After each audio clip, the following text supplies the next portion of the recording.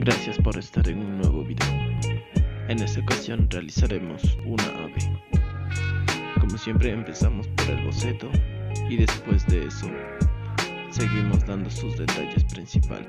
Con nuestro rapidógrafo realizamos cada detalle de luces y sombras en nuestra ave.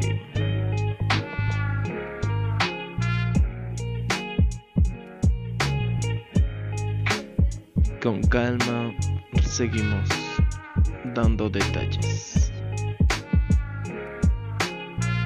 Una vez terminado, rápidamente mojamos nuestra cartulina y damos colores. Empezamos desde el más bajo hasta el más fuerte, así que lo más aguada posible. Después realizamos sus sombras como sus colores intensos también y damos detalles.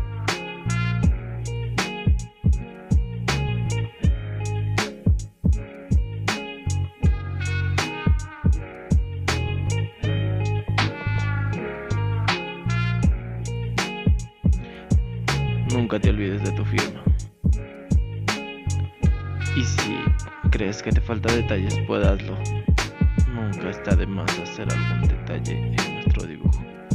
Y sí, el fondo, claro.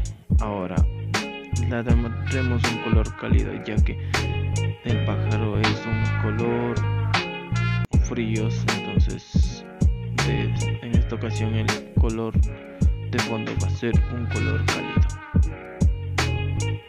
Y sí, este es el resultado final. Gracias por estar en este canal.